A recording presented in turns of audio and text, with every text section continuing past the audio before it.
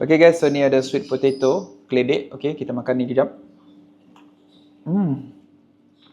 Kita nak buat sup ayam guys. Ni ada bawang ni, bawang putih dengan bawang merah. Okay. Okay, kita guna ghee. Okay. Sebab ghee ni pun perasa vanila, okay. Sedapnya bau. Mentega grass fed dan kekacang vanila. Okay, sebab tu dia ada aroma perasa vanila. Sedap. Ini 300 gram dada ayam. Organic chicken salt daripada Kalis Lab ni.